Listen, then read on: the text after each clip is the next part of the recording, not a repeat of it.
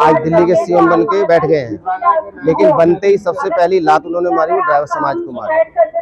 और उन्होंने खुद अपने स्टेटमेंट में माना भी है कि दिल्ली के ड्राइवर चाहे तो किसी को सीएम बना भी सकते हैं, कुर्सी बैठा सकते हैं, किसी को उतार भी सकते हैं। और आपकी जानकारी के लिए बता दूं कि उनको उतारने के लिए ड्राइवरों ने अपनी पॉलिटिकल पार्टी बना ली है और 2025 में ड्राइवर ही उन्हीं को सीएम की कुर्सी से उतारेंगे। आदाब, नमस्कार, सत श्री अकाल। मैं हूं सुल्तान भारती और आप देख रहे हैं सेकुलर भारत न्यूज। दोस्तों, कहावतें दो हैं। एक देसी कहावत है कि दूर के ढोल सुहाने।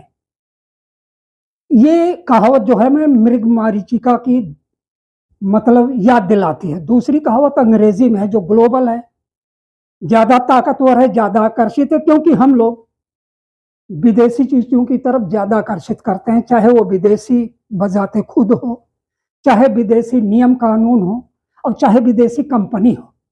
और वो कहावत है, everything that glitters is not gold. हर वो चीज जो चमकती है सोना नहीं होती।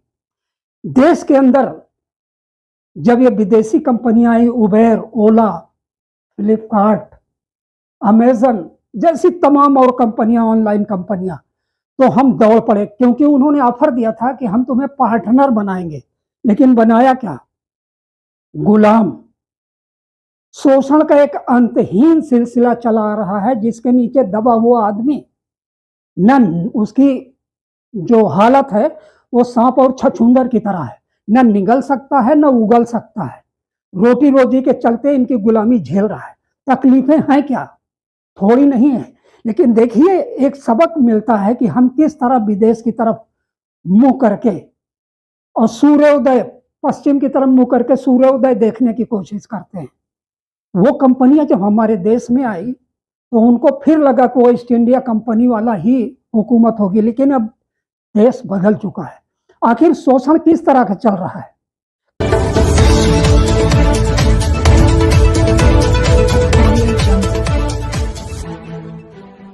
दिल्ली के अंदर एनसीआर के टोटल मिलाकर 2.5 लाख गाड़ियां हैं और बाहर की 2 लाख अलग से गाड़ी है। जो दिल्ली एनसीआर के अलावा जो अपने रूल तोड़ के चल रही है गाड़ियां, वो 2 लाख गाड़ी है। आप देखो सिर्फ दिल्ली के अंदर ही सिटी टैक्सी के अंदर उत्तराखंड की गाड़ी चलती है, जयपुर की गाड़ी चल रही है, पंजाब की गाड़ी चल रही है, हरियाणा के दूर दूर की वो गाड़ियां सिटी टैक्सी के अंदर चल रही है। क्यों चल रही है भाई? पेमेंट कितनी देती है कंपनी? पेमेंट सेम दे रही है। पेमेंट वही 8 रुपए किलोमीटर, 10 रुपए किलोमीटर, 2 कैटेगरी है।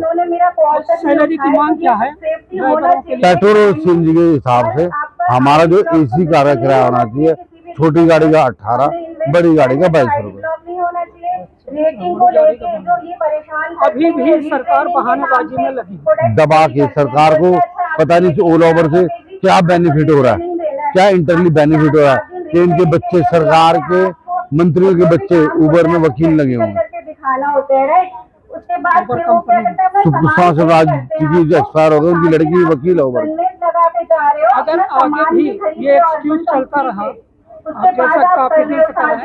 आपका रेपुटेशन यूनियन का होगा क्या करेंगे? या तो हम सरकार को बोलेंगे अपनी ऐप बनाए, नहीं तो हम खुद अपनी ऐप बना लेंगे। गाड़ियां हमारी है, क्लाइंट हमारा है, देश हमारा, ऐप भी हमारी बन जाएगी।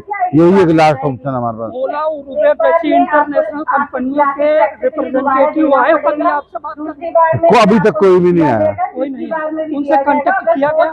कांटेक्ट कई बार कराया गया पर कोई आया नहीं। सरकार खुद ही सीधे वो सरकार से मिलते हैं, सरकार से मिलते हैं और नई डिमांड अपनी बता देते हैं। क्या मतलब अगर 2.5 लाख यही ड्राइवर है, एक बार पूरा यूनियन के लोग नहीं आते, उनकी आईडी बंद कर देते हैं। उनकी आईडी बंद, ड्राइवर डरता है इसलिए नहीं आता। ड्राइवर कहीं न कहीं रोटी रोजी का सवाल एक सामने आ जाता है, इसके सामने ये लोग मजबूर हो जाते हैं। हर आदमी मजबूर हो रहा है। आज कोई मेमोरेंडम देना सरकार को जाए, मेमोरेंडम देना, गिग वर्कर के साथ मिलकर देना। फर्स्ट टाइम ऐसा हिंदुस्तान में हुआ। ओला ओवर और गिग वर्कर, ओला ओवर भी गिग वर्कर के आती है। राजस्थान से हमारे राष्ट्रीय भाई साहब भी आ रहे हैं, अभी साथ में एक साथ एक मेमोरेंडम दे रहे हैं। कहाँ से लोग आए हैं? अभी हमारे महाराष्ट्र से, पुणे से आए हैं, महाराष्ट्र से और इस पार्टी के बंदे भी आए, जन सेवा पार्टी के बंदे आए, हरियाणा से आए हैं और जयपुर से आए हैं, ठीक है, हैदराबाद से भी आने वाले हैं। हमारी दिल्ली गवर्नमेंट को और हमारे जो भी हमारे मोदी जी हैं उनको सोचना चाहिए कि एक तो महिलाओं के लिए पब्लिक टॉयलेट जो होता है उसकी सुविधा महिलाओं के लिए नहीं है।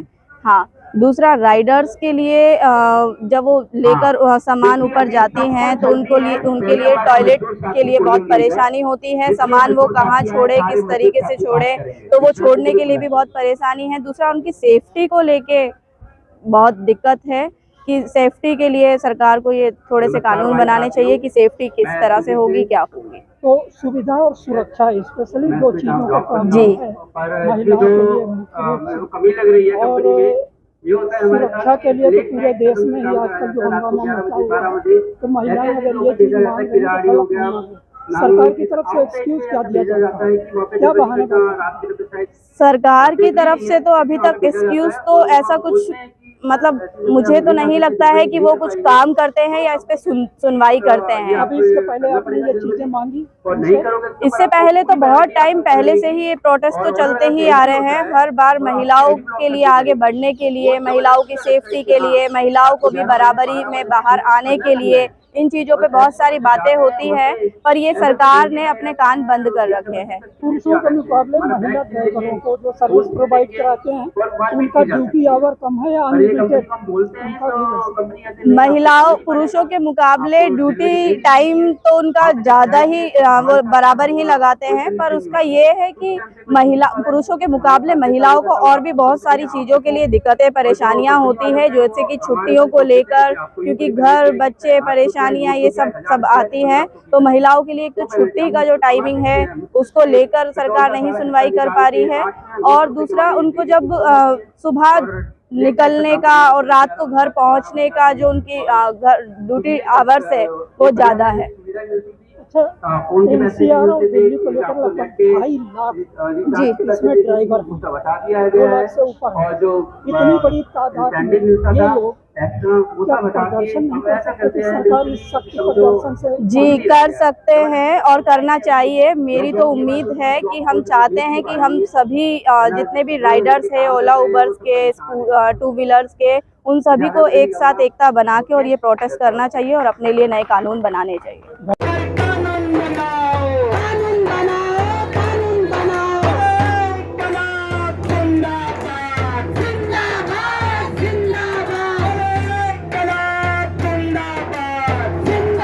ओला उबर की वजह से ड्राइवरों का जो इमेज है, मान सम्मान है, वो डाउन हुआ है। ओला उबर के माध्यम से आपको दिखाया कुछ और जा रहा है, लेकिन असल में हो कुछ और रहा है।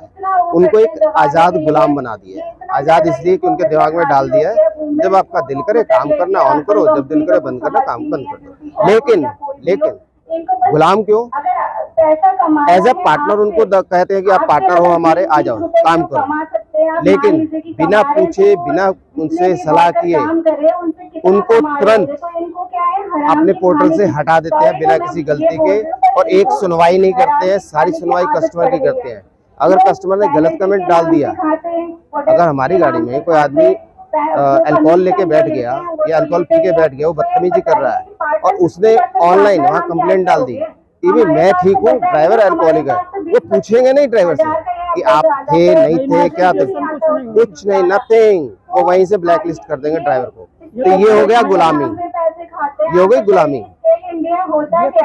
हाँ, दिल्ली सरकार का जो मीटर किराया है वो काली पीली टैक्सी का आज की डेट में 17 रुपए नॉन एसी और 20 रुपए एसी है, लेकिन वहीं आप किसी भी ओला उबर से पूछ लोगे तो उसको 7 रुपए 8 रुपए से ऊपर नहीं मिल रहा। क्यों नहीं मिल रहा भाई?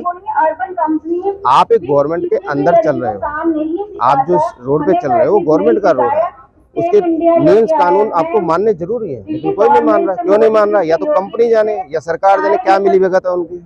ड्यूटी अनलिमिटेड है, ड्यूटी का टाइम नहीं है, जबकि कामगार अधिनियम के अंदर एक ड्राइवर को ज्यादा से ज्यादा 8 से 10 घंटे गाड़ी चला सकता है, उसके बाद उसको गाड़ी नहीं चलानी है। कंपनी की तरफ से सैलरी क्यों नहीं दी जाती? सैलरी बेस नहीं है इसमें। अरे मैंने आपको भी क्या बताया कि उनको बोला गया कि आप पार्टनर हो, लेकिन गुलामी की तरह काम करवा, तो सैलरी का तो सवाल ही नहीं है। जब वो रेट ही नहीं दे रहे हैं, जब रेट ही नहीं दे रहे हैं, सरकारी रेट नॉन एसी 17 रुपए, आप 7 रुपए एसी में दे रहे हो, आप कस्टमर का तो बेनिफिट देख रहे हो। अरे ड्राइवर कहाँ से पूरा करेगा? 7 रुपए 8 रुपए उसकी लागत आती है। अब आप पूछेंगे कि ड्राइवर चल क्यों रहा है? वो इसलिए चल रहा है कि शुरू में उसको लालच दे दिया, गाड़ी खरीदवा दी, अब उसने अपना घर गिरवी रखा है, बीवी के गहने गिरवी रखे हैं, दोस्तों से उधार लिया है, गाड़ी की किस्त देनी है, किस्त तो हर महीने आके खड़ी हो जाएगी। अब वो बेचारा मजबूरी में लगा हुआ कि कम से कम मेरी किस्त तो जाए, जो मैंने दोस्तों से उधार लेके गाड़ी ली वो गाड़ी ना फाइनेंसर खींच के ले जाए। पिछले साल हमने 14 गाड़ियां छुड़वाई हैं फाइनेंसरों से ऑन रोड, जो गुंडों की तरह व्यवहार करती हैं, जबकि माननीय सुप्रीम कोर्ट का ऑर्डर है किसी का रोजगार छीनना नहीं चाहिए, उसके बावजूद गुंडे छीनते हैं। और जो आपसे आखिरी सवाल, हाँ, सरकार तो सबके लिए कहती है सबका साथ सबका विश्वास, तो इस सबका साथ और सबका विकास में आप लोग नहीं आते क्या? आपने बिल्कुल सही सवाल पूछा। इसमें सरकार बिल्कुल भी मौजूदा छोड़िए, जब से देश आजाद हुआ है 70-75 साल से, तब से ड्राइवर समाज को कोई भी मान सम्मान नहीं मिला है। मौजूदा सरकार जो दिल्ली की है वो आई थी ड्राइवरों के दम पे, ड्राइवरों के गाड़ियों में, उनके ऑटो में घूम घूम के कि हाँ भाई हम आपका साथ देंगे, सहयोग करेंगे। आज दिल्ली के सीएम बन के बैठ गए हैं, लेकिन बनते ही सबसे पहली लात उन्होंने मारी वो ड्राइवर समाज को मारी। और उन्होंने खुद अपने स्टेटमेंट में माना भी है कि दिल्ली के ड्राइवर चाहे तो किसी को सीएम बना भी सकते हैं, कुर्सी बैठा सकते हैं, किसी को उतार भी सकते हैं। और आपकी जानकारी के लिए बता दूं कि उनको उतारने के लिए ड्राइवरों ने अपनी पॉलिटिकल पार्टी बना ली है और 2025 में ड्राइवर ही उन्हीं को सीएम की कुर्सी से उतारेंगे।